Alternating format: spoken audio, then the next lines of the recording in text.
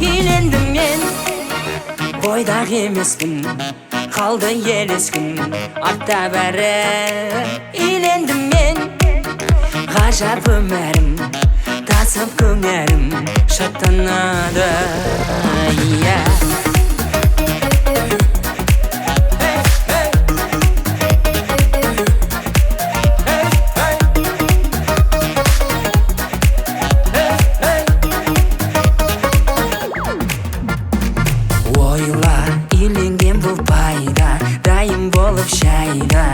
Тұрады екен қайда жүрсең дағы тойда, отбасың тек ойда тұрады екен. Керемет жайым жоқ енді уайым, аяулы шарым бағым бар. Үйленбегендер жүре бермеңдер, бақыттарыңды іздеп табыңдар. Мен үйлендім, бойдақ емеспін, қалды елескін артта бәрі. Үйлендім мен, ғажап өмірім, тасып көңілім шаттанады.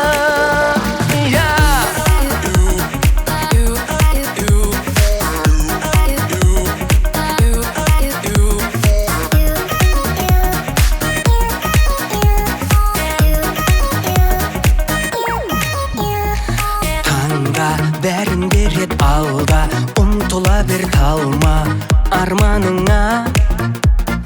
Алға жалтақтамай самға, қанағат қыл барға жан жарыңа. Үй болу деген. Рахмет, бәрекелді. Не деген қошемет, не деген шапалақ, Құдай ауна ұшықпай жатып медаштатқан. Hoş geldinizler, harama ақтидарлы ағайын. Аса қамқор, ерекше мейірімді, рахмы мол Алла тағаланың атымен бүгінгі торғалы тойды бастауға рұқсат етіңіздер. Той баршаңызға құтты болсын.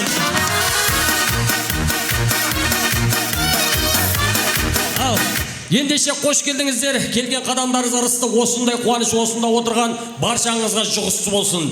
Ал ендеше біріңізді көрсек, біріңізді көрген жоқпыз. Ал енді біріңізбен амандассақ, біріңізбен амандасқан жоқпыз. Дегенмен, Иса мұсылман қазақтың ұрпағы болғаннан кейін, Керейттің баласы болғаннан кейін өздеріңізбен жақсылап, мұсылманшалап, қазақшалап амандасып бастайын. Айтады ғой, амандасу адамдықтың белгісі, амандаспау сарандықтың белгісі дейді. Олай болса, ертістің арғы жағы семей ме екен, жақ бітілді сөйлеткен көмей ме екен, ассалаумағалейкум деп айтпасам, баласы көрген сіздің демей ме екен. Ассалаумағалейкум ұлы халық, сәлем сөздің патшасы ұмытпалық. Алыстан алты жасар бала келсе, алпыстағы ақсақал сәлем берер тұрып бар дейді. Ендеше біздің Серік ағамыздың, Дана жеңгеміздің қуанышына қош келдіңіздер. Келген қадамдарыңыз ғұрымды, осындай қуаныш, осында отырған баршаңызға жұғымды болсын. Ендеше бүгінгі тойды мен айтпасам да баршамызға бесенеден белгілі.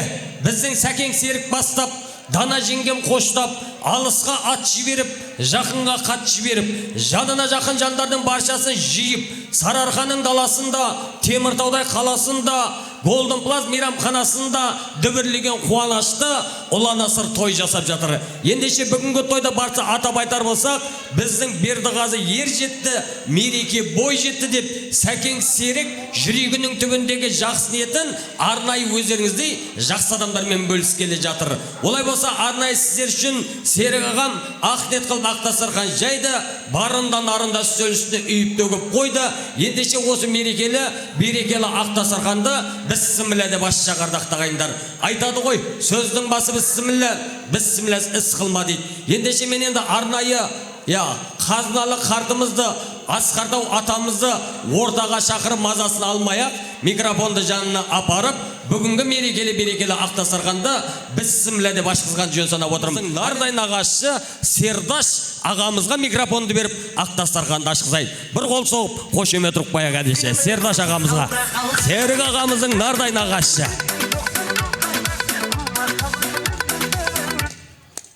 Құрметті қонақтар, баршаларыңызға той ортақ қой, бәріңізге құтты болсын, бәріңізге жұғысты болсын. Қазақ айтады ғой, шопанның таяғынан, келіннің аяғынан дейді ғой. келіп жатқан келіннің қалары қайырлы болсын. Орамал құтты болсын айналайын. Ата-енеңнің жағымды кенді бол. Өмірің ұзақ болсын, бақытты болыңдар. Бастарың бір жаста қартайсын. Керекелерің кең, шаңырақтарың берік болып, босағаларың берік болсын айналайын. Бақытты болыңдар. Осымен осы тойды ашуға рұқсат етіңіздер. Ал құрметті қонақтар, дастарханнан тойдан алып отырыңыздар. Көңілді отырыңыздар. Бәріңізге құтты болсын. Бәрекелді ата. Айтқан тілек қабыл болсын, мұрат асыл болсын.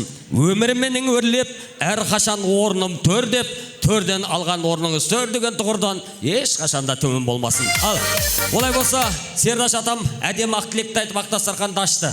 Той иелері барында нарында үстел үстіне үйіп төгіп, сіздер үшін ақ дастархан жайды.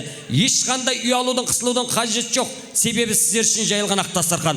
Алдарыңыздағы дәмнен астан алып отырсаңыздар болады. Бүгінгі тойда Сердаш атам әдемі ақ тілекпен бастаса, мен әрмен қарай тамаша әнмен қоштайын. Ендеше бүгінгі қуаныш паршаңызға құтты болсын. Әрқашанда шаңырақтарыңызда тамаша той болсын. Әрқашанда көңіл күйлеріңіз тамаша болсын деген ниетпен тамаша деп ән салып берейін. Тамаша көңіл күйде отырыңыздар ендеше. Ал, той қуаныш паршаңызға құтты болсын. Көңілдіре отырайық. Жолдарлар бар ма?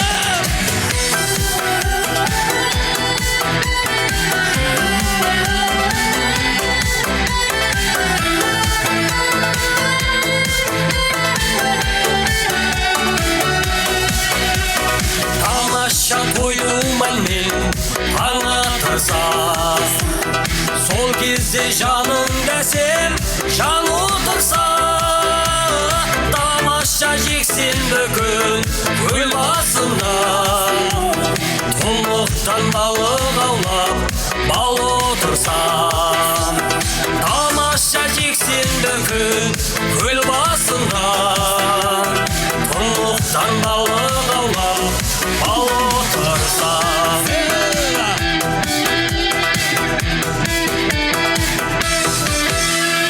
Тамаша тойлаудың түнін көрсе, түнде солайдай сұлу теңін берсе, тамаша достарыңмен дала кезіп, қорғаулы туған жердің гүлін терсе, тамаша достарыңмен дала кезіп, қорғаулы туған жердің гүлін терсе.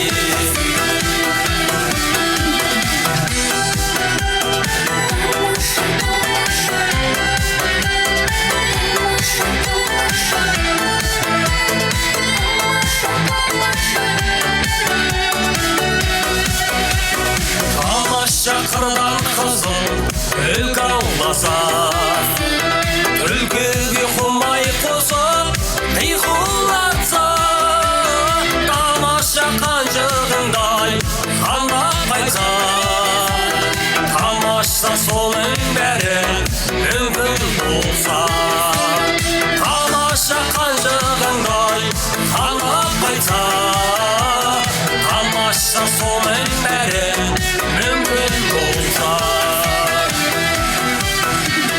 тамаша жүрегіңдай қыстанбаса, тар жолың жан жағыңдай қыстанбаса, тамаша тамаш емес бірақ та ол бір мезгіл кетпен көрек қостанбаса, тамаша тамаш емес бірақ та ол бір мезгіл кетпен көрек қостанбаса, бір мезгіл кетпен көрек қостанбаса.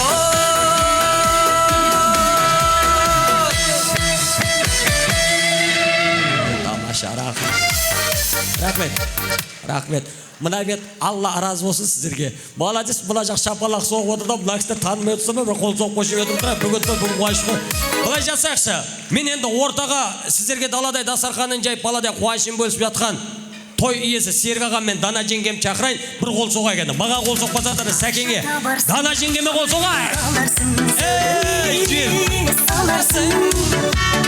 сен гитарист қалмайсың көңілімді аларсың ақша табарсың. Күшті, тамаша. Кім шапалақ соғады, осы кісілердің жолын беріп келін алсын сол кісілерге. Рахмет. Кім шапалақ соқпай өзінше отырады, Шымкенттік құдалардың жолын беріп қыз ұзатсын сол кісілер. Сәке қуаныш құтты болсын, той құтты болсын. Енді осы сәтті қанша уақыт күттік Сәке? 23 жыл. 23 жыл. Бір қол соғып қойсаңыздар болады ардақтайды. Былай жасамын, мен бірінші бүгінгі қуанышта мен Серік ағаммен Дана жеңгемді құттықтағым келіп отқан жоқ. Бүгінгі қуаныш бірінші Алла болса, екінші Гүлжамиха апамның арқасы. Апам қайда отыр өзі? Апам бар ма осында? Апам қайда? Келіңізші апа, бір анамызға қол соғып жіберейікші, қошемет тұрып жіберейік, Гүлжамиха анамызға. Сұлу қыздар-ай, неге сұлусыздар-ай. Рахмет, мамасы ғой шығып атқан, білесің ба? Келе қой, келіңіз апа.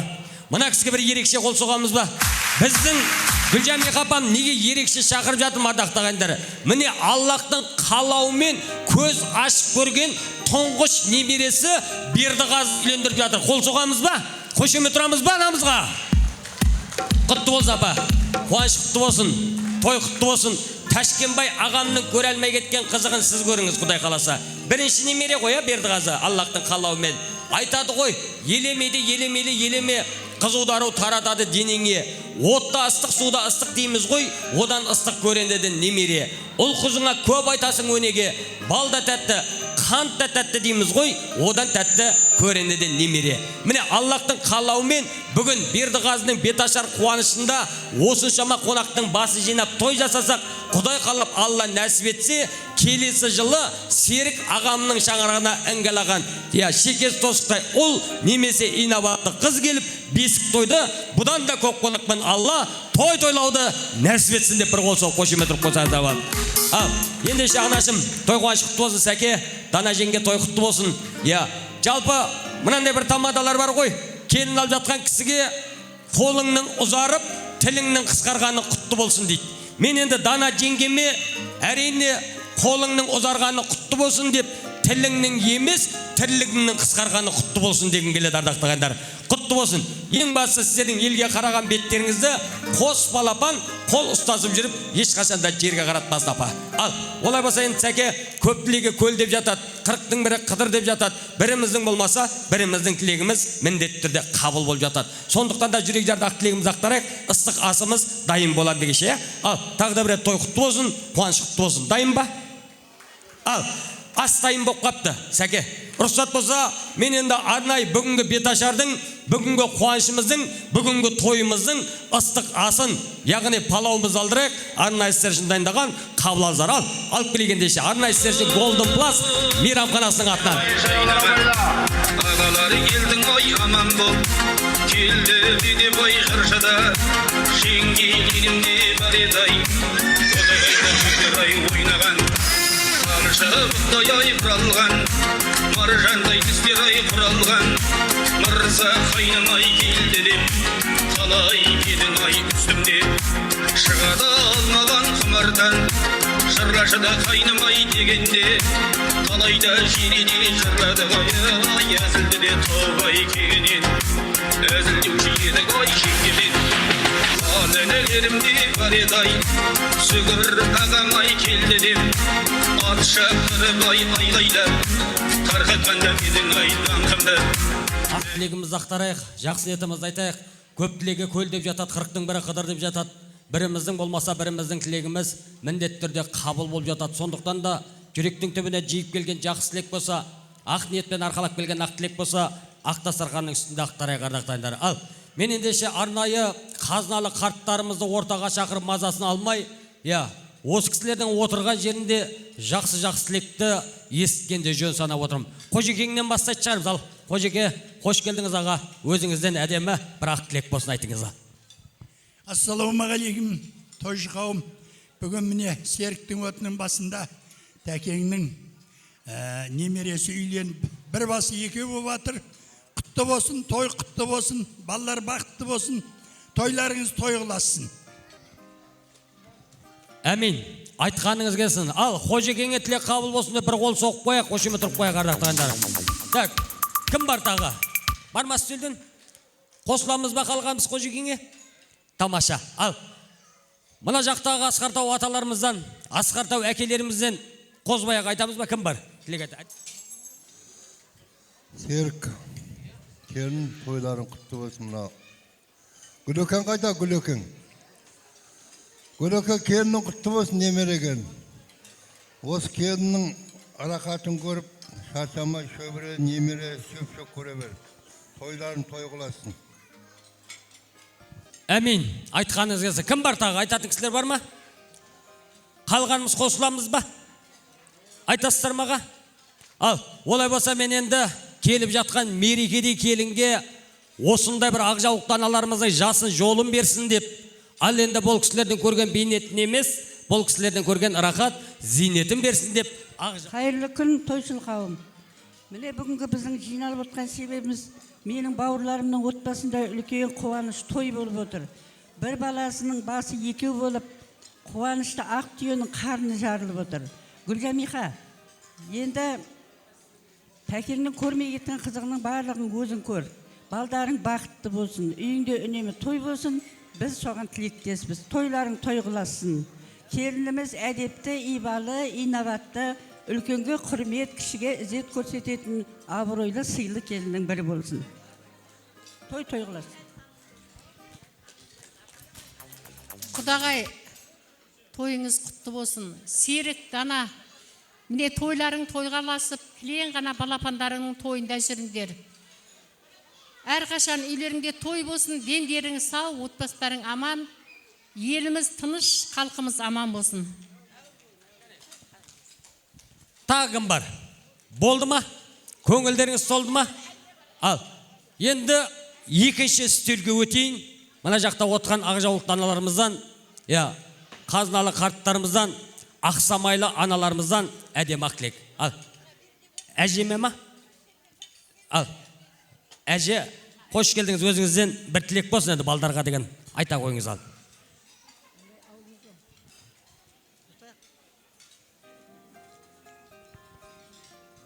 Мінеки көпшіл қауым, бәріңе мына бүгінгі той құтты болсын. Менің Гүл қайынсіңлім деген қайынсіңлім бар. Немере той құтты болсын. Осы екі балаң бақытты болсын. Өмірде жолың болып, немере сүй, шөбере сүй, шөпшек сүй, балдарыңның қызығын көре бер. Жалпы осы жерде отырған адамдардың бәрінің үйінде той болсын. Әмин апа. Ал. Құрметті тойшыл қауым, міне бүгін Тәкен Тәшкенбай менен Гүлжамиха, Серік, Дана, бүгінгі келін сүрбатқан тойларың құтты болсын жаным.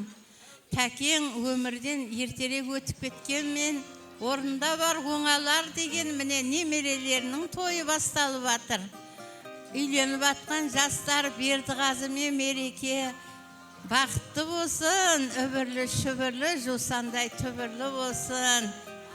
Келіні жақсы үйдің керегесі алтын деп жандарым, Серікжан, Дана керегелерің алтыннан болып, балдарының қатарының алды болып, жақсы мен деген келіндердің бірі болып, ағайынға, халқына, отанына қызмет етсін, дүниеге салиқалы, иманды, ибалы, ақылды, саналы, ілімді, білімді перзенттер әкеліп, Алла әуелден ақырларыңды беріп, той-тойға ұласа берсін.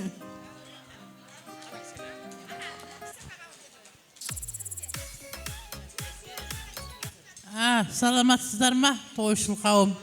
Гүлжамиха апа, сонау родниден кеп бір ауыз құтты болсын айтпасам болмас сізге? Құтты болсын тойыңыз, балдарыңыздың өмірі ұзақ болсын. Серікжан, Данажан, құтты болсын тойларың. Тойларың тойға ұласып, ылғи тойда келе берейін. Міне құрметті қонақтар, бүгін мінекей Тәшкенбайдың ең үлкен немересінің басы екеу болып сол тойға жиналып жатыр екенбіз. Мінекей Тәшкенбайдың да рухы бір аунап түсіп жатқан шығар. Міне Гүлжамиха, көргенің той болсын жаным, осы балдарыңның тек жақсылығын көр. Серік, Дана, тойларың құтты болсын айналайын. бақытты болсын жастар. Құтты аяқ келін болып келсін, иә. Ізінен өрбігендерімен өсіп көбейе берсін. Тек солардың жақсылығын көруді Алла нәсіп етсін. Тойдан той болсын, келер жылы осы уақытта немере тойдың куәсі болайық. Әрқашан көргендерің жақсылық болсын жандарым. Ал, апа айтамыз ба? Ал, апамнан да бір әдем ақ тілектің дағы айта қойыңыз. Құрметті қонақтар, бүгін Гүлжамиға, Серік, Дана, тойларың құтты болсын, тойларың тойға ұласа берсін, дендерің сау болсын, балдар бақытты болсын. Келін, қазаның майлы, келінің жайлы болсын. Әрқашанда осылардың қызығын көр. Өбірлі, шөбірлі, жұтандай түбірлі болсын.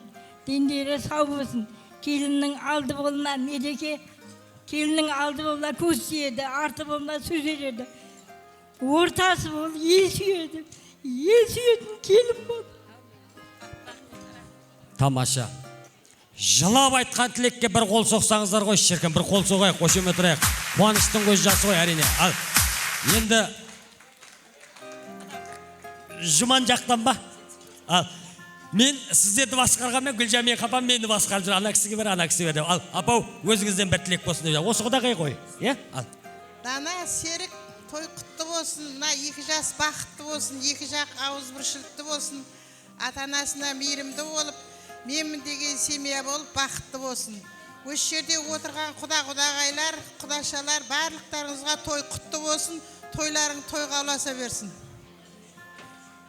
Молодец. Өздеріңізге өздеріңіз қол соғып қошемет тұра беріңіздер. Ал, енді мына жақта жалғыз қыздың енесі ма? Құдағайдан жақсы бір тілек болсын айтыңыз. Міне бүгін менің құдағайым, әрімда құда балам Серік пен Дананың отбасында өте үлкен қуанышты той болып жатыр. Бір баласының басы екеу болып, шаңырақ көтеріп, екі жас бақытты болсын. Мына құдам мың жылдық дейді, құдалықтарың мың жылдық болсын, күйеулерің жылдық болсын, өсіп өнсін, өбірлі шүбірлі болсын, құтты болсын құдағай. Немереден шөбере сүйіңіз, аманшылық болса, құтты болсын, Рахмет, сізге де осындай қуаныш жұғысты болсын.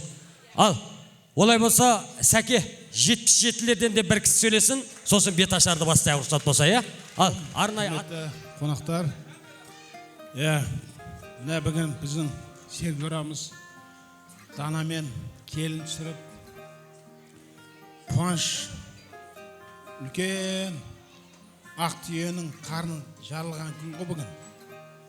Серік жора, Дана, мына баламызбен келініміздің өмір жасы ұзақ болсын, бақытты болсын.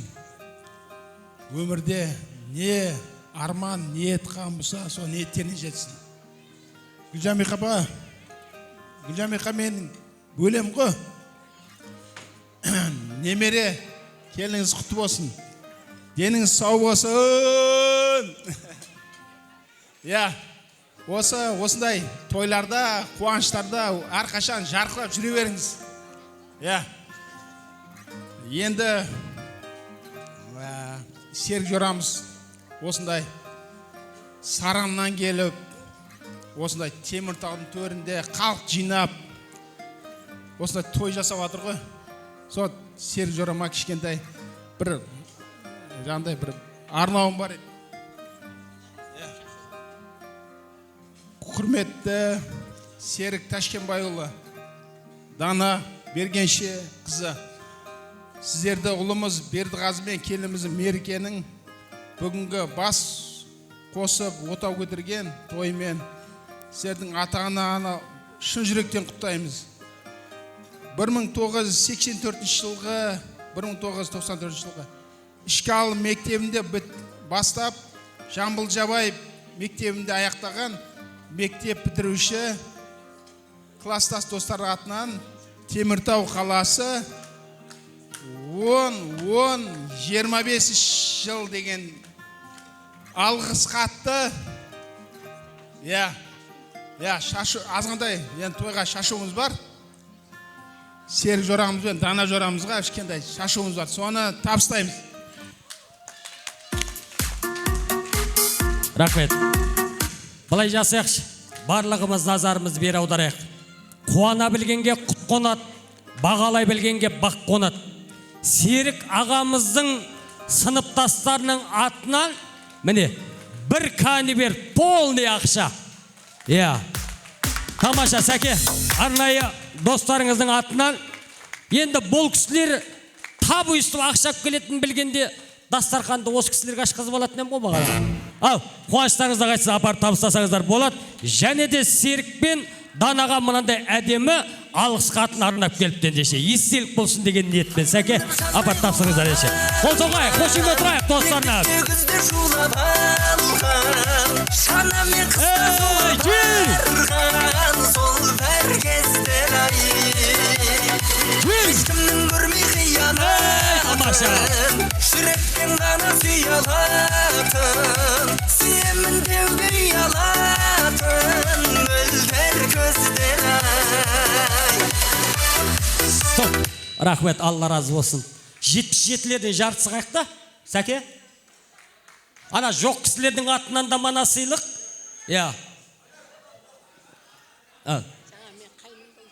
Қазір барам. Бәке, не дейсіз? Әкеш, мен дұрыстап оқып берейін. Жаңа Мәкеңнің оққа міне алғыс хат деп жатыр ғой.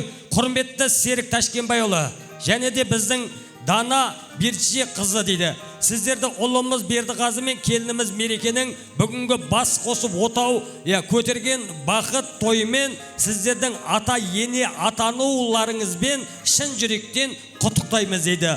1984-1994 жылғы Ішқалып мектебінде бастап Жамбыл Жабаев мектебінде тәмамдап бітіруші сыныптастарыңыздан естелік деп жатыр ардақтағанда. Міне, Алла разы болсын. Олай болса, мен енді арнайы мына жақтағы ақжауықты аналарымыздан да жақсы тілек алайық, сосын тойдың батасын алып, астың батасын алып, бет ашарымыз бастаймыз. Апа, өзіңізден бір тілек болсын айтыңыз. Ойбай, сөйлемес. Құрметті қонақтар, бүгінде жиналып отқан себебіміз мына қайнымның балдарының үйлену тойы. Қайным, көрмесе де мына келінім Гүлжәме осы балдарының қызығын көре берсін. Балам Серік, келінім Дана, екі жас бақытты болсын. Гүлжәме келінім орталарыңда жүре берсін. Әрқашан осы той болсын үйлеріңде, жақсылық болсын. Келген қонақтарға, үлкен жан-жақтан келген қонақтарға алғыс айтамыз. Рахмет келгендеріңе, қадамдарың құтты болсын. Әрқашан осы той болсын, балдардың қызығын көріп, өсіп, өніп, ізімнен ерген шырақтарым жүре беріңдер. Көргендерің той болсын, жүрген жерлерің барлығы. Бақытты болыңдар.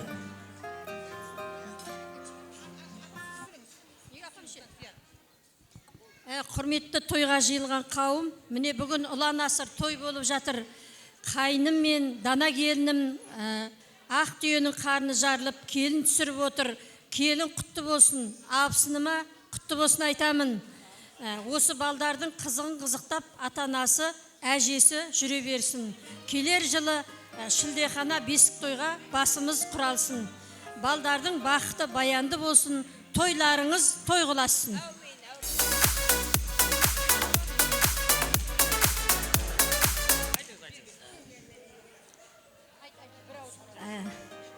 Баршаңызға сәлем бердім, тойға келген тойшыл қауым. Мына менің қайным менен келінімнің отбасында бүгін ұлының үйлену тойы екен, беташар тойы құтты болсын. Данажан, Серік, тойларың құтты болсын, балаларың бақытты болсын. Келіннің қызметі өзіңе жайлы, қазаны майлы елім болсын. Үзінен ерген қайнылар мен қайынсіңдеріне сыйлы болсын. Өздеріңнің қызметтеріңді адал атқарып, абысынымның қас-қабағына қарайтын әдемі ғана ақылы келін болсын. Болды ғой, қалғанымыз қосыламыз ғой, Ал, жаңа шапама?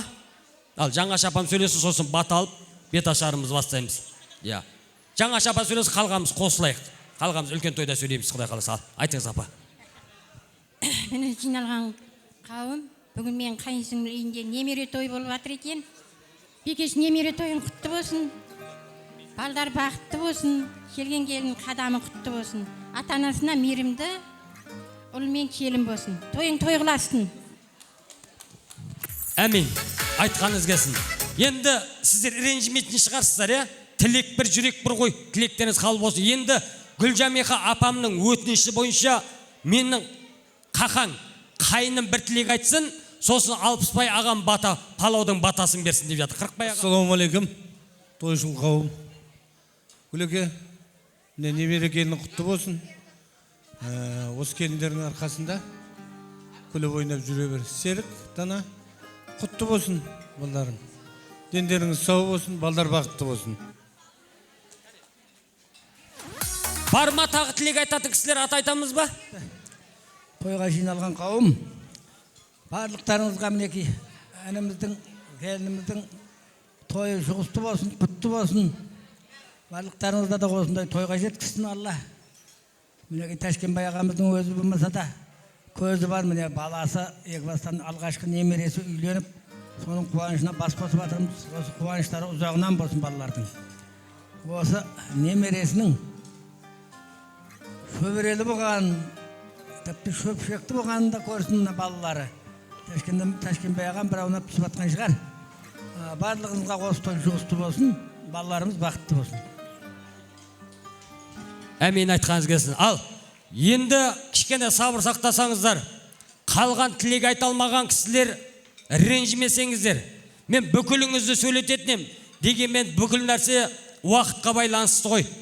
Бүгінгі той келесі тойдың басы.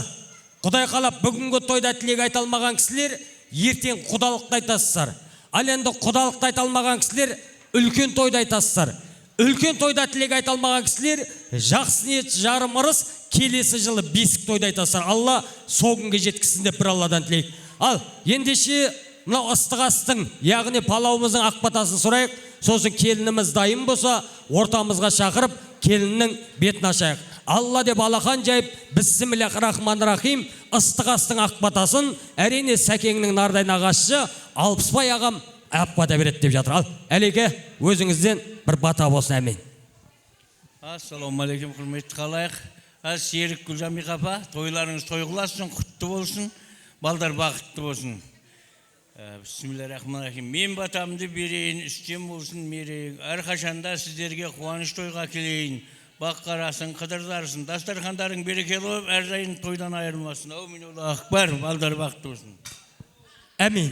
Берген бата қабыл, мұрат асыл болсын. Ал, енді жандарыңызда отқан жолдастарыңыз далада болса шақырыңыздар, бет ашарды бастаймыздар дақтағандары.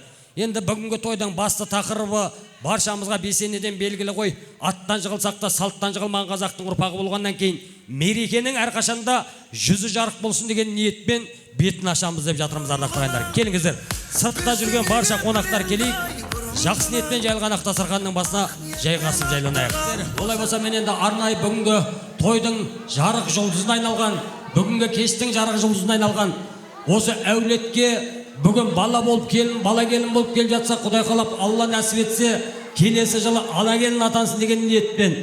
Одан кейін мынау төрде отырған ақ жаулықты аналарымыз құсап, өзінен кейінгі ұрпақтарға ақыл айтатын дана келін болсын деген ниетпен, сіздердің ыстық ықыластарыңызбен, соққан шапалақтарыңызбен ортаға бүгін бақытты болам емес, шобдарлар әулердің бақытты қылам деп келіп жатқан мереке келінді ортаға шақырайық, бір қол соғып қошемет тұрайық. Ал, келін келе жатыр, қол соғайық, қошемет тұрайық. Жастық жалын асылдарынан ақ ниет. Қол соғайық, жетістіктер қайдасыздар достар. Той үстінде тәтті күндер, тәтті күндер. Жас жолбайлар шат күліңдер, шат күліңдер. Ән салайық, би-билейік, би-билейік. Шарықтасын шатты күндер, шатты күндер. Бірге аттанып болашаққа өмірге. Текті бүгін ортамызға оттауын. Рахмет, күшті. Молодец, на шапалақ, палау жеген шапалаққа ұқсамайды, түк жемеген шапалаққа бір қол соғайық ардақтағандар. Ал, таяғы қайда? Келіннің таяғы қайда? Асығып жүріп сараңға тыстап кеткен жоқпыз ба әйтеуір? Алып келіңіздер. Жандарым сол. Молодец. Серік ағам, Дана жеңгем 23 жыл күтті ғой ардақтағандар. Міне, біздің Сәкеңнің бары да нары да осы біздің Бердіғазы бір қол соғып қошемет тұрайық ардақты ғана қой. Жастар бақытты болсын деп ішімізден тілек тілеп отырайық. Ал, ендеше Шобдарлар әулеті келіндеріңіз құтты болсын, сәке. Гүлжамия қапа қуаныштарыңыз құтты болсын. Ал енді мен көп сөйлеп созбай, әдеттен озбай, дүбірлі қуанышты торғалы тойды бастайын. Келіп жатқан келіннің жүзі жарқын болсын деген ниетпен келіннің бетін ашайық деп жатырмын. Мен еше бет ашарды бастамастан бұрын мен енді арнайы бүгінде қуанышы қойнына сыймай, бүгінгі тойлап жатқан Серік ағамызды және де Дана жеңгемізді құттықтап бастайын. Серік аға, Дана жеңге құтты болсын тойыңыз, орындалыптау арман еткен ойыңыз, бір балаңыз екеу бопты бүгінде өмір бойы шаттаныңыз күліңіз деп Асқартау әкесіне, ақ жаулықты анасына бір қол соғып қошемет тұрып қойсаңыздар болады. Ал, кім қай жақтан келді, кім келінге кім болады барлығы бесенеден белгілі ғой. Аталары дегенде жалпылама аталары келіп келінге деген көріндік сәлемдерін салып отырасыздар. Және де енелер дегенде енелер, ағалар дегенде ағалар, жеңгелер дегенде жеңгелер. Ешкімнің атын айтпаймыз, түрін түстемейміз. Жалпылама келінге сәлем салдырамыз ардақты ағайындар.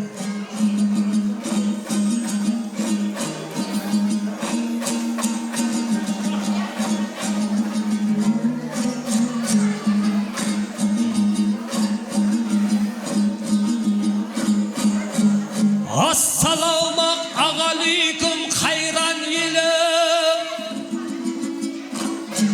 тойға деп дастарханын жайған елім, қуаныштау ел жұртыммен бөліссем деп, қорасында мал қалдырмай сойған елім. Ассалаумағалейкум қариялар, қариялар суы толық дариялар, сіздер берген ақ бата қабыл болып, бақытқа жетті-ау талай жаниялар. Бармысың байығы жұрт нағашылар, нағашы бар жаның-ау мағашылар. Жиендерге нағыз тіреу болып жүрген, сендер десе кәне кімнің дауасы бар. Ассалаумағалейкум қалың қазақ, осылайша өздерің-ау сәлем бердім.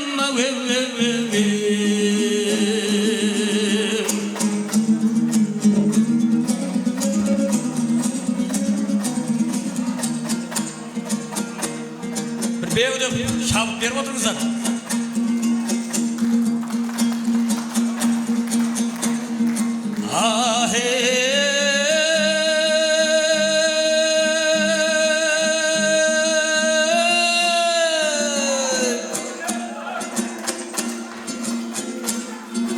Тойға келген ағайын, домбыранда уалайын, ата бабамыз салтымен бет ашат той бастайын.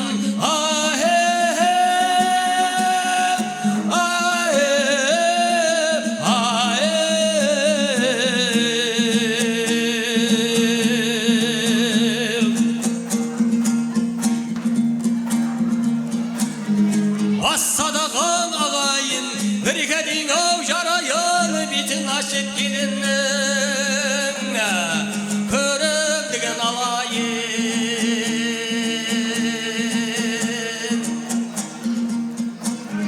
Жылқы берсең беден, кем болмаса түйеден, сиыр берсең қызылдан, ұзын құйрық шұбардан, қой берсеңіз ағынан, болмасын дәне жағынан, жүрек тигай әрі бересіз, насихат болмау жазылғын.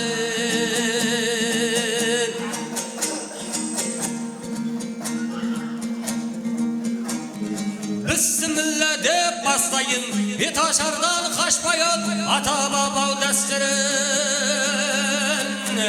жүрмеді демеп тастайын.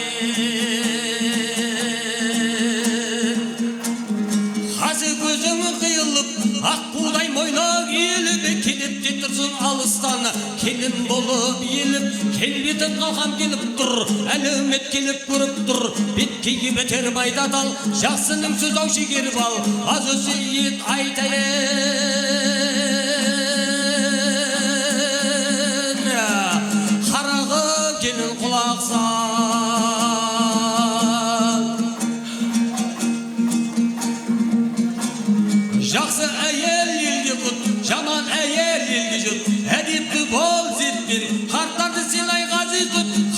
болсын қадамың, ілгері басын талабың, екетпегін әмірін ото менен анадың.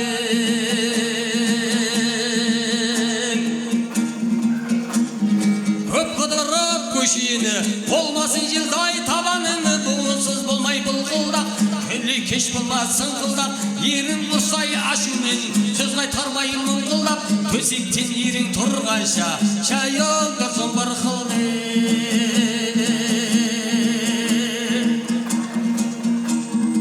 Арасына екейдің, өсек айтмай сылпылдап, үлкенді кісі жұмсаса өші көріп жүрген құмқылды.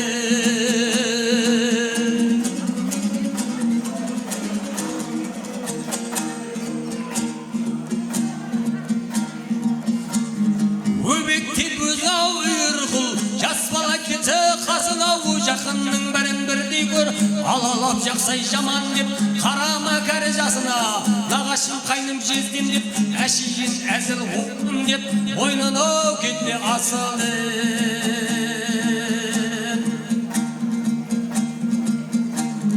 Қонақ келсе үйіңе, ашуланып күйім бау отыртып қалмай бұртып, жан жағында еберге бастаймын деп ұрысты, қылдырлатпай ұлысты, берік ұстай ақылмен құт береге ұрысты.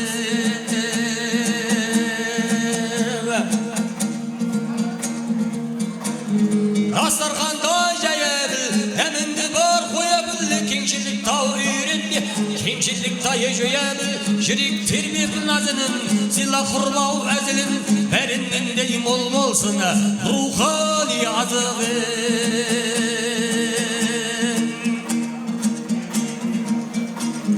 Киімің сенен аямас, тапқаны қымқа бұрамас, айлық сайын модадың, қылтылдамау келіншек, киім кейме демейміз, сәнді сүймау демейміз, болдаманның жүнін біл, қылтылдамау келін жан.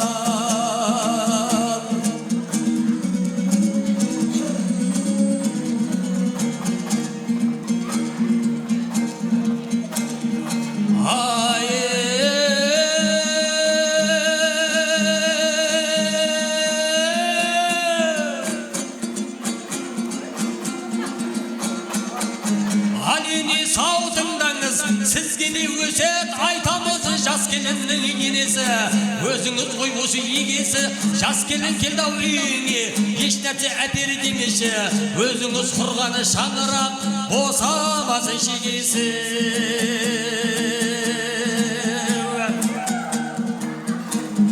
Есіге нау келіп тұр, біреудің жас баласай, балапандай мәпелеп, тәрбиелеп қарашы, жамандықтай білдірмес, ененің асыл данасы, бұл сөзімді етісінер, келіндің болсау санасы.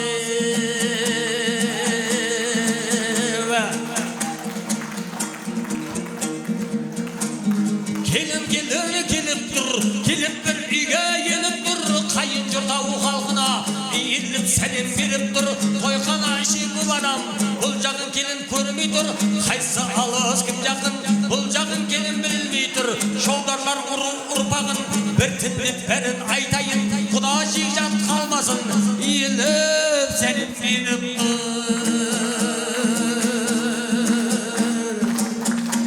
Бәрекелді, келін келіп тұр, келіп бір үйге еніп тұр, қайын жұрты халқына иіліп сәлем беріп тұр, тойхана іші көп адам, бұл жағын келін көрмей тұр, қайсы алыс кім жақын, бұл жағын келін білмей тұр, шобдарлар ұрпағын деген бір шобдар шықпа деген шапала соғын. Бар ма шобдарлар? Келіндеріңіз құтты болсын.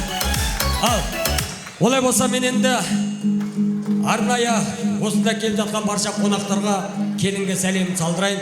Біздің беташар әрине екі бөлімнен тұрады. Бірінші бөлімі тегін, екінші бөлімі ақылы, тегін бөлімді бітіріп, ақылы бөлімге өтейді. Ендеше өлі разы болмай, тірі ешқашан байымайды дейді атам қазақ. Сондықтан да мына әруақтардан бастап, жас келінге келіп жатқан сәлем салдырып бастағаным жөн болар.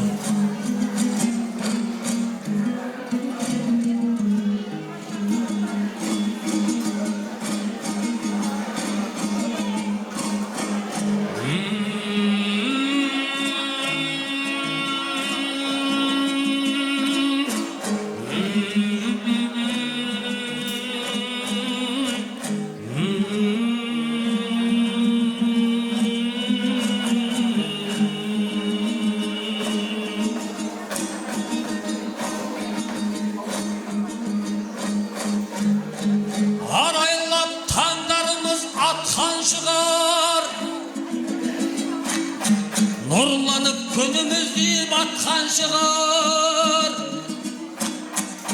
Үйіліп әруақтарға сәлем салшау, бүгінде бір аулап тұр жатқан шығар.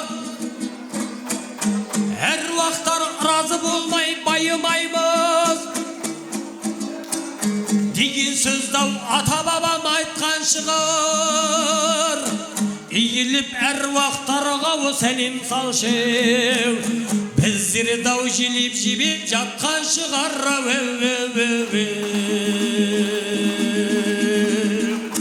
Ал олай болса, осы дүниеден марқұм болып өткен барша ата әжелеріңіздің, ата бабаларыңыздың, жалпы осы әулеттен дәметкен әруақтардың рухына қос-қостан келе Келінжан сәлеміңді сала қой.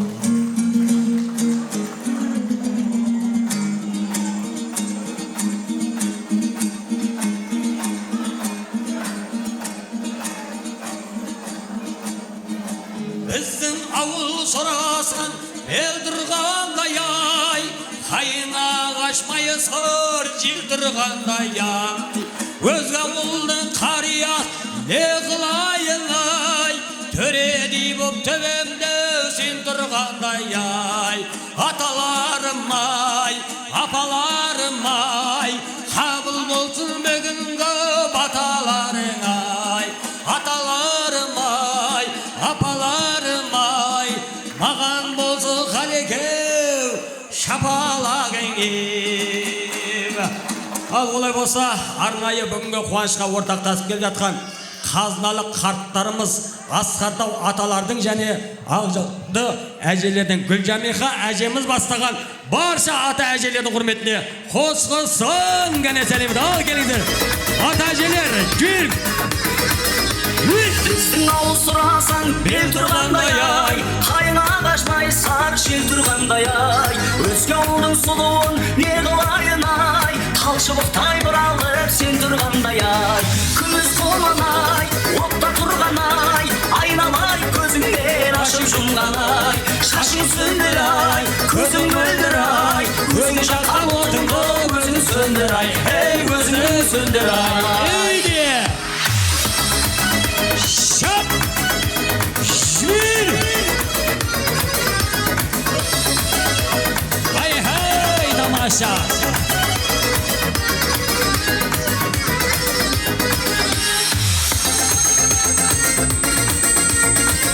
Gir!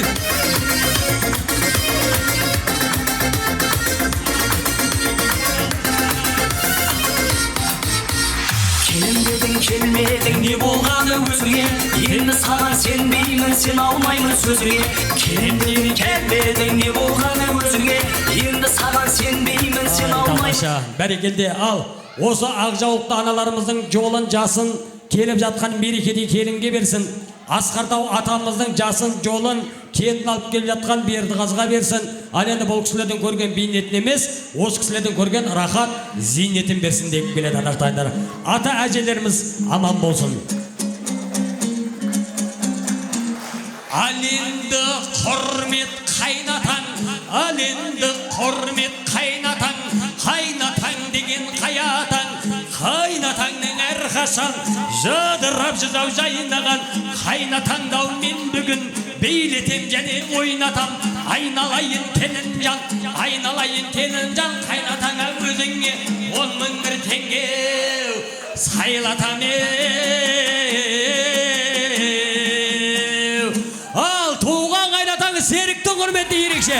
Қос-қосын қара сәлем өтіп. Стоп.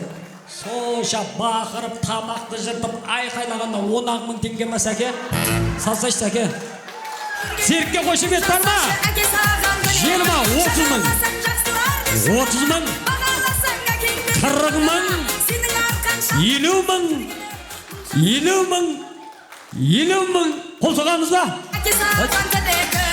Рахмет. Жаным сәке, мен сіздің жаныңызға қалтама сал деп бар жатқан жоқ едім негізі. Алла разы болса, қанша салса да табақ өзінде қалатын табақ қой, бір қол соғып қошемет тұрып қойған атады. Міне, жақсының жақсылығын айт, нұр отасы, жаманның жамандығын айт, құтқасы, серік әкеп мен қалтама 10 мың теңге ақша салып кетті ардақтағандар. Біз Теміртау деген кішкентай қала, біз естімейді емес, естіміз. көп жерлерде мынандай бір әңгімелер жүріп жатады. Қазір дәніккеннен құныққан жаман тойдың иелерінен алған ақшасына бет ашатын жігіттер мүсе тұтпай қалтама сал деп айтатын әдет шығарып алған деп. Бірінші Алла, екінші өздеріңіз куә. Мен Серікке қалтама сал деп айтқан жоқпын ардақтағандар. Өзі әкеп салды, көрдіңіздер ма? Тағы әңгіме қылып жүрмеңіздер. Сразу келісіп алу керек, сәке. Расчеттан емес па? Расчеттің шетінен емес па? Бір қол соғып қошып отырайық. Серік ағамызға келін құтты болсын деп 50 000 теңге салды, тамаша. Келіннің еңбегі әдене. Рахмет, тамаша. Сәкең, бүгінгі тойда шашылмағанда қандай тойда шашылады ардақтағандар, айтыңыздаршы. Барада нарда осы жігіт қой, бір қол соғып қошып отырып қойсаңыздар. Ал! Олай болса Серік ағам 60 000 теңге. Мамасы қанша салады екен?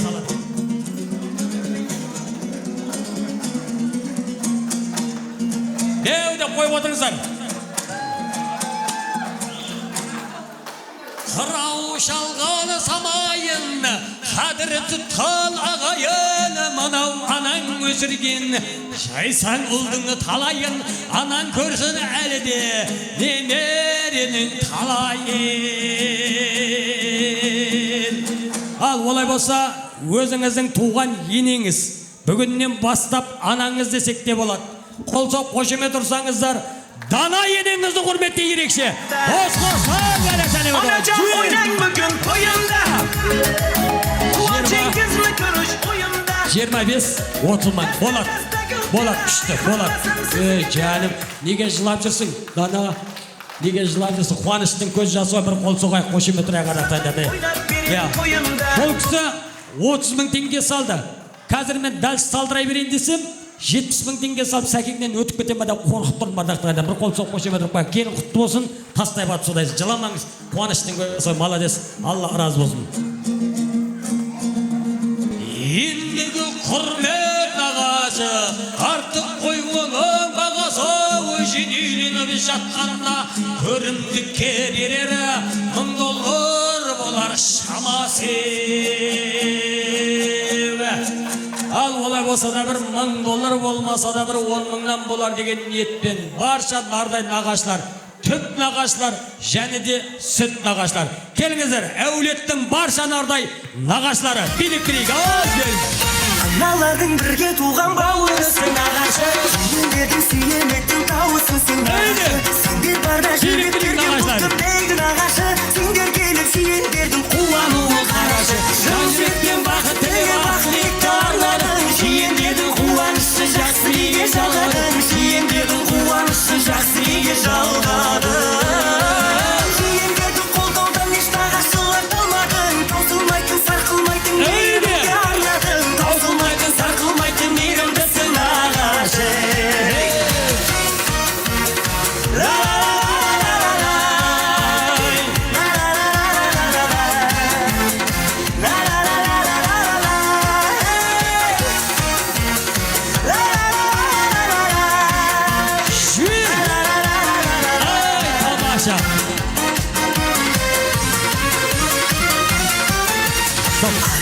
Қалған бедертен гарант қолда үлкен төне билейсіздер, құдағыз жаға салған нағашылар. Алла разы болсын, сіздерге де осындай қуанышты болсын. Міне, тойға келгеннен кейін осылай келу керек, билеп келу керек. Бүгін той, бүгін күн, ойнайтын күн, ардақтағандар ойлайтын күн.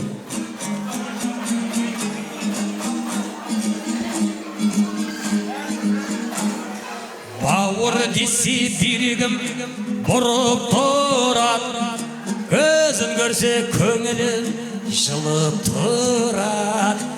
Ей ағайын, сана болса сыйласайық, ала болса арамыз суып тынады. Қайнағалар, жарқырап әрқашан жүздер ау жайнағандар. Абысындар, келінменен жақынырақ танысыңдар. Абысындар, келінменен жұмыс істеп жарысыңдар деп отырып, барша қайнаға абысындарды құрметіне қос-қостан кәне сәлем етіп. Ал келіңіздер, қайнаға абысындары билік-билік жібер. Жібер. Бауыр десе бүйрегім бұрып тұрады, көзің көрсе көңілім жылып тұрады. Сана болса сыйласайық, ала болса арамыз суытырат. Байлықпенен дүние құнықтырат, байқамасаң Ал келіңіздер, қайнаға алсындар. Қу тірлікке құмартып қол болып кетсең, бірге туған бауырдек Келді, тамаша. Сіздерге де осындай қуаныш жұғысты болсын, қайнаға алсындар.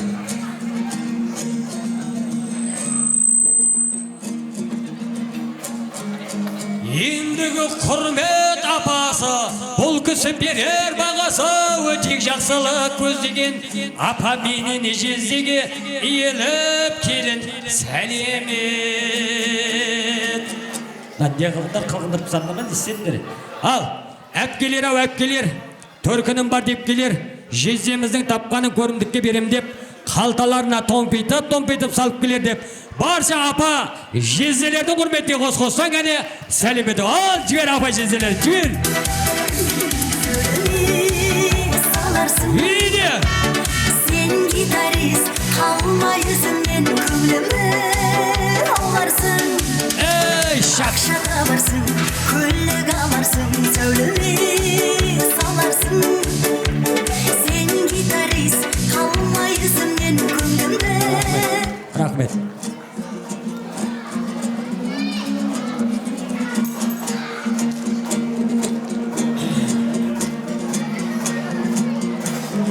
Отырсыздар мау сөздерде, шиыршық атып шыдамай, жаңа келді кезегің.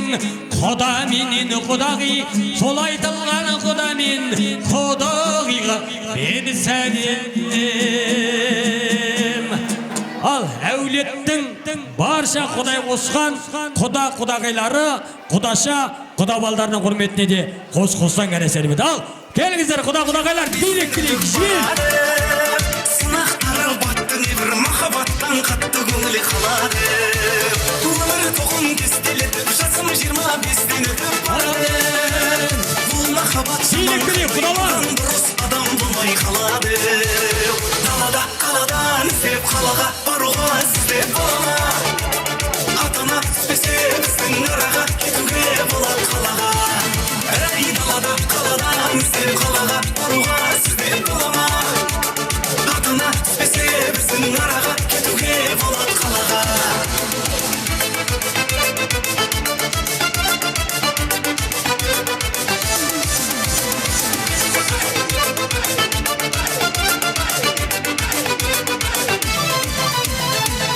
Жақындаған сайын сенің маған ойым болады. Шын тапқанша амалдайын, жарды табылмаған ойым жаманы. 17 жас, 18 жас қайтып келмес сезімге мас баладай. Ілінбесе қалып кетер, ілінгенін алып кетер қарамай. Далада қаладан іздеп қалаға баруға сіздеп бола. Атына түспесе біздің араға кетуге болады қалаға. Әй далада қаладан іздеп қалаға баруға сіздеп бола ма? Атына түспесе біздің араға кетуге болады қалаға.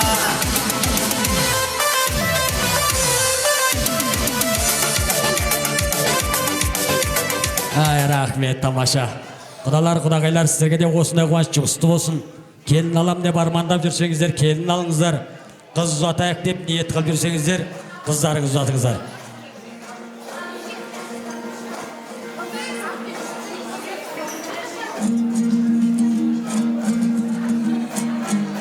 Келін шаршама, қол аяғын талса да келіп түрміне жоралар. Осындайдай құралар, сол айтылған жораға иеліп келін сәлем сал. Ал олай болса, біздің Серік ағамыздың қуанышына ортақтасып келіп жатқан барша достары, қайна атаңыздың достары, қайна аталарыңыз, енелеріңіздің құрметіне қос-қостан кәне сәлемет. Ал, келіңіздер, қайната енелері, сәкеңнің достары. Класстастарым, шыбырлақтарым, жуас достарым, сендерсіз әсте, өмір күресте, көңілді кешке ұласпастаңым. Балам саларым, балдырғандарым, бір-бір әулеттің жандырғандағын 11 жыл мектеп қабырғасындай бал шағын бірге қалдырғандары ішінде жүрген сабылып көптің жалған достардан жалығып кеттім алаңсыз ойнап алаңға қонған сағым күндерде сағынып кеттім балаусаларым балдырғандарым бір әулеттің жандырғандарын жайға салыңыздар. Молодец, күшті. Алла разы болсын сіздерге. Қазір билейміз, мәке билейміз. Қайқа келмек өзі оны тұтта қалдық.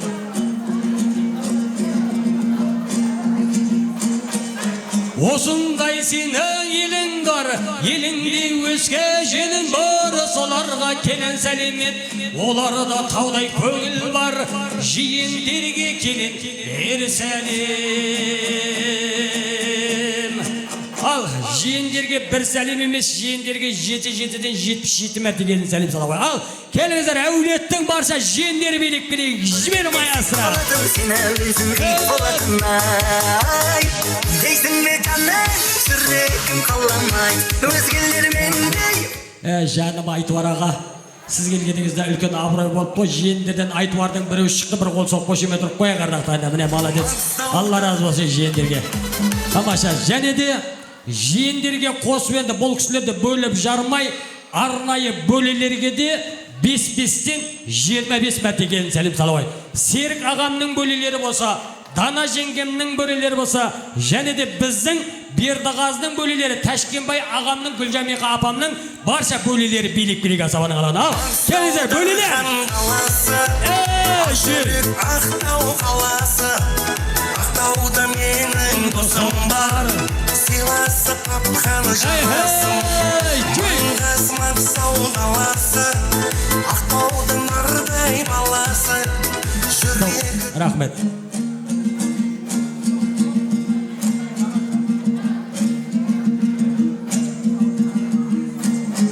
Ата талмай қардардан қалғандар бармау қарашоу, аталғандай өздерің болды екен қаша санашы, қатардан неге қалдық деп кеулі ірінжіп кетпесін отырған мынау көршілер, отырған мынау көршілер. Ал олай болса, аталастан ауылдас, ауылдас болсан қауымдас, тойды көрсе жатпаған, қызметтен еш қайтпаған деп, айналайын ауылдас деп, барша керіздік көршілері болса сәкеңнің, сарандық көршілері болса, және де барша коллектив кәсіптестері болса, сол кісілердің құрметіне де бір сәлем салау. Ал, келіңіздер, көршілер және коллектив. Қыздар жиналып алып, күндердің ойынмен сауық, вечерлерге барған кездер, көкшік көлеміне балып, жалындаған жасымдан, қайтпайды екен росымдан, ең алғашқы махаббат. Ал, олай болса, арнайы Гүлжамиқа апамның қуанышына ортақтасып келе жатқан үлкен әжелеріңіз отыр екен осында. Гүлжамиқа әжеміздің барша достарының құрметіне де бір сәлеміңізді сала қойыңыз. Ал, келіңіздер, Гүлжамиқа әжеміздің достары. Сен деушен бір көректегі көңілімді құлаттым дейді. Ай-ай-ай жаным, ай-ай-ай жаным, көрінген қызғалдаққа құматтым дейді. Жүрегімді жұбаттым дейді. Ойлар дәл осындай сұрақ.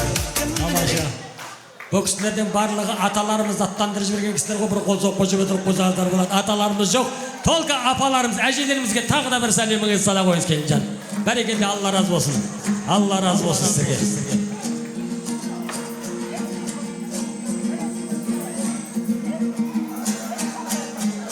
Ендігі құрмет қайнысы іске сайгысы, төре жан деп жұмсасаң, сол болар ең жайлысы, қайнылерге де бере сәлем. Олай болса, арнайы қайнылардың құрметіне де қос-қостан кәне сәлем ете қой, сәлеміңді ау, келін жан әдеп ете қой. Дон қайда? Дон чағызып, донның салғанын көргім еп тұр. Қол соғайын! Жел! Қызғалдақ, армансың ау абайға қызғалдақтай сізгіріп көзің асам жарай ма көйлек гүл жара.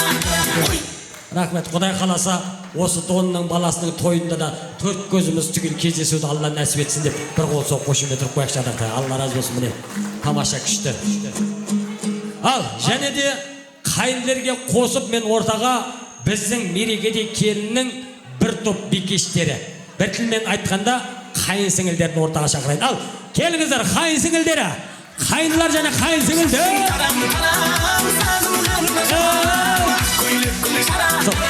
Секінге сал бірсің. Толғанайға ма?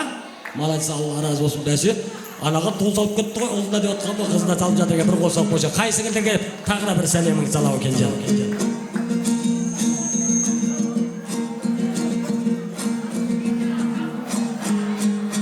Осы тұрғаны жамағат, ас сөзге етер қанығат. Келін келдау деген соң, тон пешушеді шамалап, әлеметке бер сәлем. Ал, олай болса ребердал. Осындағы отырған барша шобдарлардың құрметіне бір сәлемің сала қош Кенжан. Бұлай айтайшы, рахмет. Осындағы отырған барша бекеттердің құрметіне бір сәлемің сала қош Кенжан. Жалпы Қазақстандағы барша бекеттердің құрметіне бір сәлемің сала қой. Өзбекстандағы бекеттердің құрметіне бір сәлемің сала қой. Жер бетіндегі барша бекеттердің құрметіне бір сәлемің сала қой. Ал, бекеттер келіндеріңіз құтты болсын. Тамаша, рахмет. Және де біздің Бердіғазының қуанышына ортақтасып келген Бердіғазының барша достары, және де группаластары, және де коллективтері, және де палшандары болса, сол кісілердің құрметіне де бір сәлеміңді сала қой. Ал, келіңіздер Бердіғазының достары. Бұл әліктен бірге асқан жалын жүрілер 20, 30, 40 мың теңге бір қол соқ қошеметір қойсаңыздар болады. Күшті. Жігіт жолдас осы жігіт ау деймін, молодец, Алла разы болсын. Міне осы жігітке де жұғысты болсын осындай қуаныш.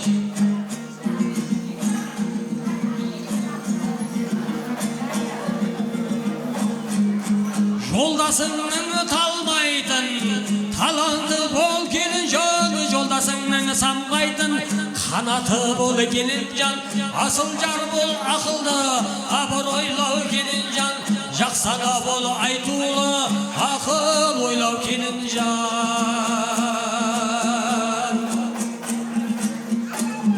Жай қолыңдау жас келін, өптен бір батып алайық, осы менен риза бол, отырған тыңдап қалайық, отырған тыңдап қалайық.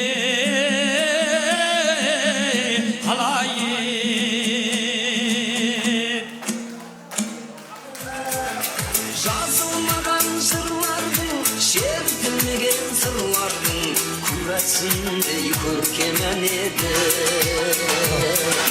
Рахмет, жандарымсың, молодец. Бір тойға барсаң, шапалақ қойып залғаймыз, тоқтамай орады. Сермеған тойына кеп отырып қой, бір қол соғайық жадақтан кеш. Енді сіздер ойламаңыздар, осы тамадалар қауымы шапалақты неге көп сұрайды. Мына тамададан басымыз бәле қалды ғой, шапалақ деп жатыр деп. Сразу айтайын, біз сіздердің ұрған шапалақтарыңызда шапан кимейміз, ардақтағандар. Тек қана шабыт шақырады. Әбіш Кекілбаев әкеміз былай дейді: біреудің қуанышына қуанып білген адамға Алланың құты қонады. Ал енді біреудің бақытын бағалап білген адамға Алланың бағы қонады. Біздің Серік ағамыз бен Дана жеңгеміздің, Гүлжамиқа апамның қуанышына қуанып келсек, екі жастың басын, бақытын бағалап келсек, мені шапалақ деп қақылдата бермей ұрып отырсаңдаршы, Алланың құты мен бағы бірдей кеп қозы шаңырақтарда. Ал, кел жеңге, келші. Жон, сәке сіз емес, тұра бер. Мына кісіге қошемет бар ма? Қол соғамыз ба? Қошемет рамыз ба? Рахмет. Келін құтты болсын, той құтты болсын, молодец. Келінді айналып шыға алмай жүр Гүлжамиқа апам екеуі. Қуаныш қой, ардақтағандар, қол соғаш. Былай қарайық, Дана жеңге, мен қазір жақсылап өзіңді ортаға хабарлап шақырайын. Бір билеп шығайықшы ортаға, бір тойдың сәнін кетіп, мәнін кетіп. Мен бағандан бері сізден билетпей қояйын деп едім. Мына келіп жатқан қонақтардың жолда без настроение отқан сияқты, сіз билеп шығайықшы, бір келіп жатқан қонақтардың көңіл күйін көрейік. Ана Самантаң жанына тұрып алшы. Ал, олай болса ардақтағандар, Сіздер қол соғып қошемет тұрсаңыздар, мен бүгінде келін алып қуанышы қойнына сыймай жүрген, ене статусын алып жатқан, ене атағын алып жатқан, 23 жылдан бері бүгін арманына жетіп жатқан, сіздерге даладай дастарханын жайып баладай қуанышын бөліскен Дана жеңгеміз орта қалдырайық. Қол соғайық ендеше. Шмен. Anacan oynan bugün toyumda. Қол соғайық. Қуанышыңызды көріш ойымда. Anacan oynan bugün toyumda. Қуанышыңызды көріш ойымда. Dasta gül teray, hammasın sizge beray. Siz fakat oynar berey toyumda. Dasta gül teray, hammasın sizge beray. Ұнады ма? Ұнаса бір қол ке. Дана жеңге, молодец. Бұл кісі келін алдын деп қуанып билеп жүр. Менікі не деймін деп жүрді. Мен неге қуанып билеп. Мен де қуанып билеп жүр. Осы бет ашарда абыроймен атқарайын. Ертең үлкен тойда абыроймен атқарсам, Серік ағамнан ақшалам деп қуанып билеп жүр. Келін құтты болсын. Мен енді бұл кісіні ортаға шақырып келіп жатқан барша ағайынның алдында, енесінің алдында, келіннің алдында мазақ қылайын, немесе күлкі қылайын деген ой болған жоқ. Қазақта сөз бар Дана, ас иесімен тәтті дейді. Сіз осылай көңіл жүрсеңіз, келген қонақтар көңілді болсын деген ниетпен билеп жатыр. Жалпы қазақта сөз бар ғой, келіннің бетін кім ашса, сол ыстық деп жатады. Құдай қалап, Алла нәсіп етсе, мен ертең үлкен тойдан кейін мен кететін адаммын. Бүгін бет ашарды өткізіп, үлкен тойда.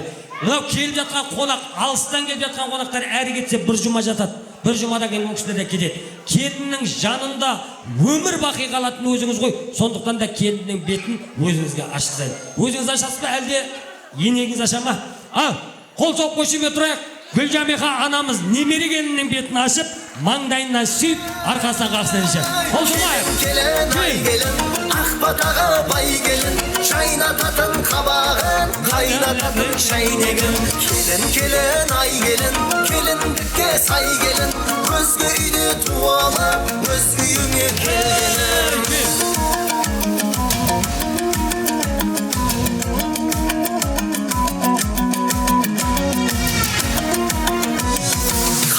Ошақ жаққаның, қатпағаны қамырдың, ақ орамал таққаның, кетпегені қадырдың. Салт дәстүрді сақтауың, тектілігі тамырдың, оңаяқпен таптауың, ол міндеті келіннің. Шайқалмасын десеңіз, шаңырақтың шаттығы, қайнатыңа. Рахмет. Нәжер, журналист басып кетті ғой, Нәжер, немене бұл? Ортаны ашыңыздар, халық көрсін, ел көрсін. Молодец. Жоққа асыққа кім? Келін байламаңдар сендер, байламаңдар. Сендер байлауға ерте, әлі Құдай қалап ертең өздеріңіз келін алсаңыздар, байлайсыз. Ортаны босандырайықшы, кішкене ортаны қара. Келін құтты болсын ба? Қол соғамыз ба? Былай жасайық, Дана жеңге. Енді Гүлжамиха апам бетін ашып берді ғой, өзіңіз жақсылап байлап қойыңыз ендеше келінге, шарқатын орамал өзіңіз жақсылап байлап қойыңыз. Не істеді мына кісі? Ашып тастадыңыз ба, апау? Қол соғайық, қошемет тұрайық. Шмен. Пай шіркін, қазақтың келіндері ай, күл дария секілді белдері ай, абысын тату болса, ас көптеген мақалдың ай. Стоп, байлап қойыңыз, қаттырақ байлаңыз. Бос байланса, келіндер бүгін орамал тартып ертең жалаңбас шығатын сондықтан. Қатты байладыңға қатты байлап қылғындырып келінді құлатып олдырақ өзі. Берді қазы әрен келінге жетті ба, Чымкентке бармақ келін ба деп отырады, келінді құлатып олдырақ.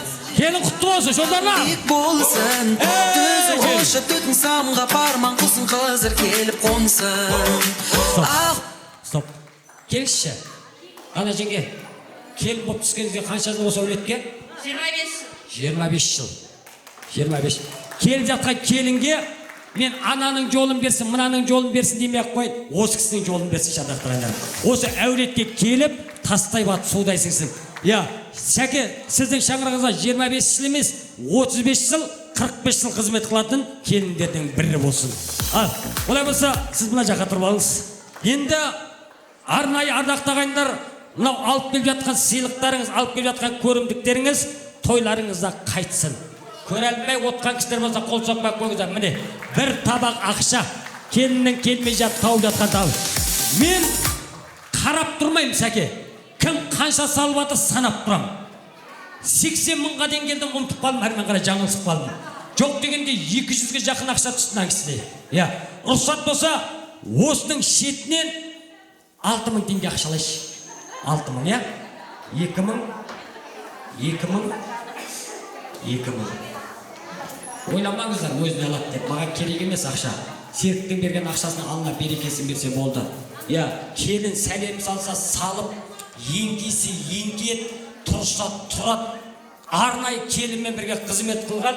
Екі апсы білмеймін, мен әр сәлем салдырғанда ауыздарын жыбырлаттырды, мені боқтаттырды ма білмеймін, қашан бітіретінен. Осы апсындарына жұғысты болсын деген ниеттен 2000-ды былай келінге берейін. 2000 сізге.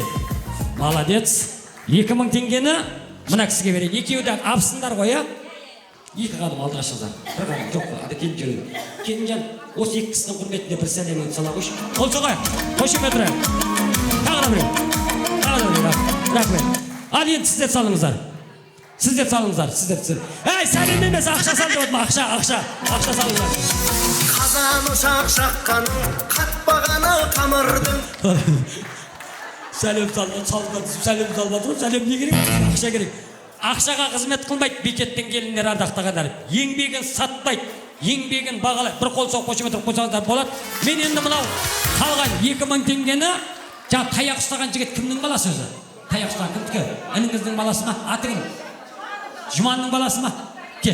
Ей, жаным. Ол жігіттің жұмысы да оңай емес ардақтағандар. Біле білсеңіздер, біреудікін бір сағат ұстап тұру оңай емес, бір қол соқ қошып отырып қойсаңыздар болады. Ол жігіттің де еңбегі бар ғой деген ниетпен 2000 теңгені өзіңе беремін. Өзіңе керекті не сатып ал, келістік па?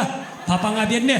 Папаңа берсең акцентке бензин бірдеңе құйып қою мүмкін. Өзіңе керекті де. Осы баланың да тойында жолығайық. Бала десең, ішті. Рахмет. Атың кім сен? Тоқтар. Мұқа жасың қашада? 12-де. Тоқтар ма? Тұршы мына жерге. 2000 теңге берсем, қайтап табаққа салып тұрады. Мынандай да болады ғой. Енді табаққа салғаны үшін 5000 теңге берем саған ма?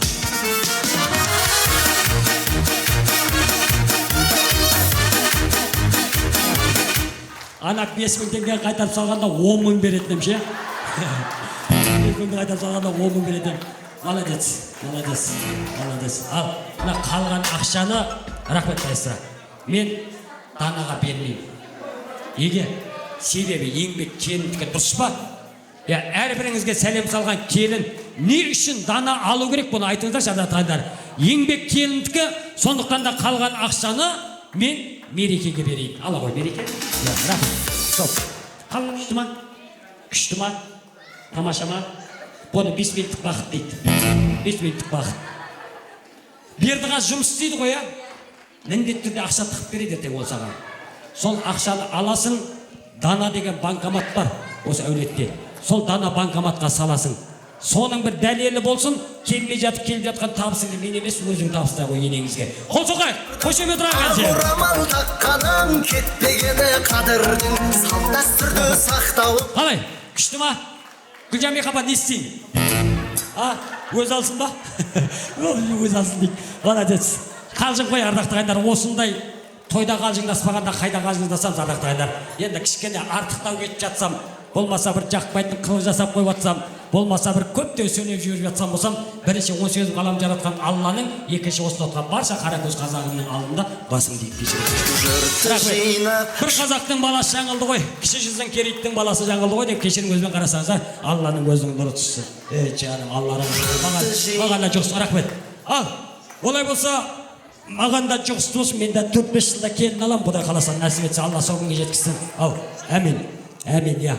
Ендеше мен енді ортаға жас кезімде үлкендерден есіткен, бәрі болады деп есіткен, тағдыр қосқан қосағымның өзі де туыласап жазылады бесіктен. Тағдыр енді келет саған ырыспақ, ақ сәулені шашамынмен ұстап, жігіт болып жер басамын несіне, бір жұлдызды жағалмасам дұрыстап. Өзінің қолына құнзын да, жұлдызын да қондырып, бүгін әулетке келін алып кеп қуаныш сыйлап жатқан, мен ортаға өздеріңіздің ұлдарыңыз Бердіғазы шақырайын. Қол соғайық. Келе ғой, Бердіғазы. Енді бұл жігітті ортаға шақырып жатқаным, біреуіміз Тәшкенбай атамды танығаннан, ал енді біреуіміз Гүлжамиқа апамды танығаннан, ал енді біріңіз Серік пен Дананы танығаннан келіп жатқан қонақтар бар. Бердіғазын танымайтын кісілер болса, міне келін алып келіп жатқан жігіт бір қол соғып көшеме тұрып қойсаңыздар болады. Келін құтты болсын. Жәке, ал. Жан жолдасыңның жанына тұрып ала қой. Мен енді анау мынау деп прикол ұстамай ақ қойдым. Олай ұстап қайтем уақыт тұрып сәке. Алла деп қазір ақсақалды аталар ақ бата береді. Сол ақ батаны келіннің қасында тұрып баташыға деген ниетпен шақырып. Алақандарың жеңіздер. Қожекен бере ма? Әбділла атам және Мұрат атама екі ата береді деп жатыр батаны. Ал, бірінші Бисмиллахиррахманиррахим. Гүлжамиха, Серік, Дана, мына алғашқы қуаныштарыңыз құтты болсын, Құдай ұзағынан сүйіндірсін. Аумин десең қолың жай жарылғасын, бір Құдай тойдан тойға жалғасып бола берсін осындай.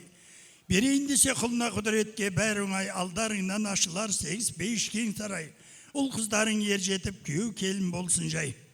Жаратқан ем жарылғасын, әулиелер қолдасын, қораларың малға толып, бастан бағың таймасын.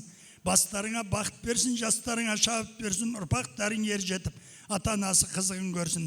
Ортаймайтын дәулет берсін, үй ішіне бала толсын. Аумин, Аллах акбар. Ал, енді әулеттің үлкені Мұрат ата, өзіңізде бір батаңызды береді екенсіз. Әмин. Бисмиллахиррахманиррахим. Ақтан ниет болсын, пірлерден медет болсын. Бастарыңа бақ болсын, дендеріңе саулық берсін, Алла амандық берсін, ауызбіршілік берсін. Әрдайым осындай аманшылықта тойларын тойғыласа берсін. Әмин. Ал, келіндерге рұқсат. Келінді апарып көкінеға посудамен таныстырсаңыздар болады. Енді тұрып кетпейік ардақты ағайындар. Кім, Айка жеңге? Бар ма тарататын? Таратсадыңыздар ма? Ал, олай болса, бүгінгі той келесі тойдың басы болсын, сіздерге де осында қуаныш жоғыз болсын. Енді тойдың сәнін мәнін келтіріп ортаға, баршамыз алтында басымыз ақтасырғаннан көтеріп ортаға билейген ішейік.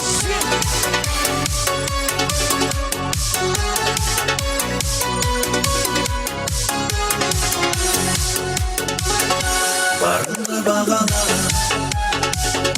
bağında arala, sağında sol, yanında arala. Men sana nasıl dedim, sırtından araba. Sen sulu verdin, verin şu mahaba. Sen o sevdiğe, sezim sağlama, men sağlaşa dedim, verin şu mahaba. Sen o sevdiğe, sezim sağlama, men sağlaşa dedim, verin şu mahaba.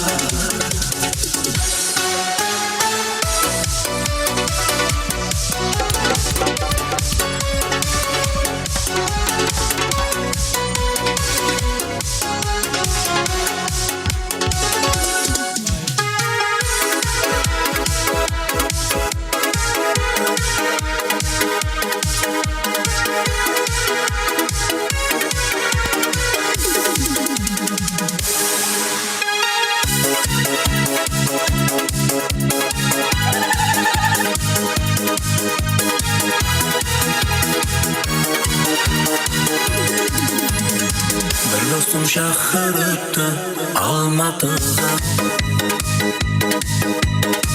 ölüsüz dostlarım var Almatı'da. Şu dostum ayılanamız, taz oynap şaykalamız Almatı'da, Almatı'da. Şu dostum ayılanamız, taz oynap şaykalamız Almatı'da, Almatı'da. Can dostlar jürmekin, ömür bülmekin, dostlarım kayda bir sağınıp jürmekin Almatı'da, Almatı'da. Can dostlar jürmekin, ömür bülmekin, dostlarım kayda bir sağınıp jürmekin Almatı'da, Almatı'da.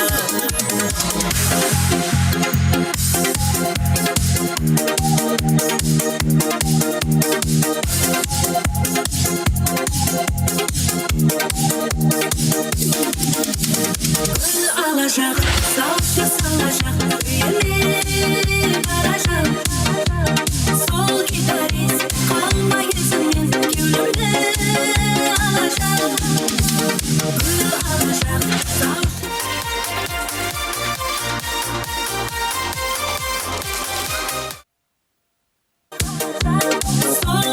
емес қалма езіңнен кеудемді алacak мен саған жоқ жоқ жоқ демеймін асықтадым көрейін ойла көрейін ойла мен саған жоқ жоқ жоқ демеймін асықтадым көрейін ойла көрейін ойла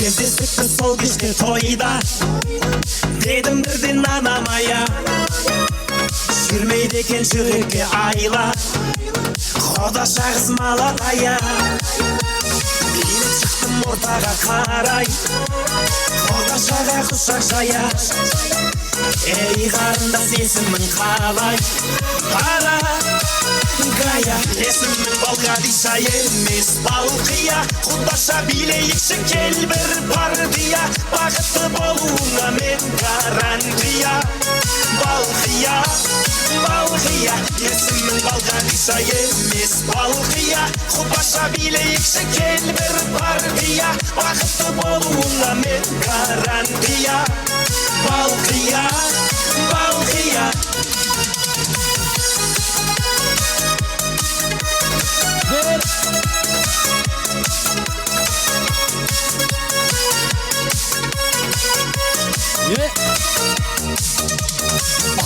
қыз ерінің балдай Махаббатқа жүрегім мас Бара жатыр теңеуін қалмай Алма мойын қиылған қас Сені сүйсе Балқадишаны Сені сүйдім Балқия жан Сыйға қаттым мән падишаны Танцуй маған есімің Балқадиша емес Балқия Құдаша билейікші кел бір партия Бақытты болуыңа мен гарантия Балқия Балқия есімің Балқадиша емес Балқия Құдаша билейікші кел бір партия Бақытты болуыңа мен гарантия Балқия Балқия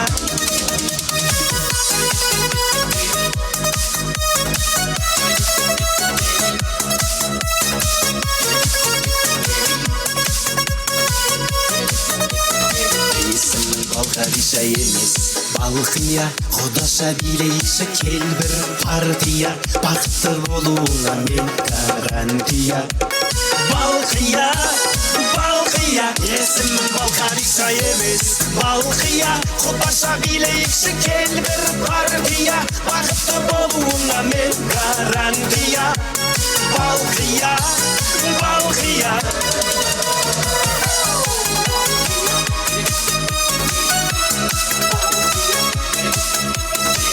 Evet.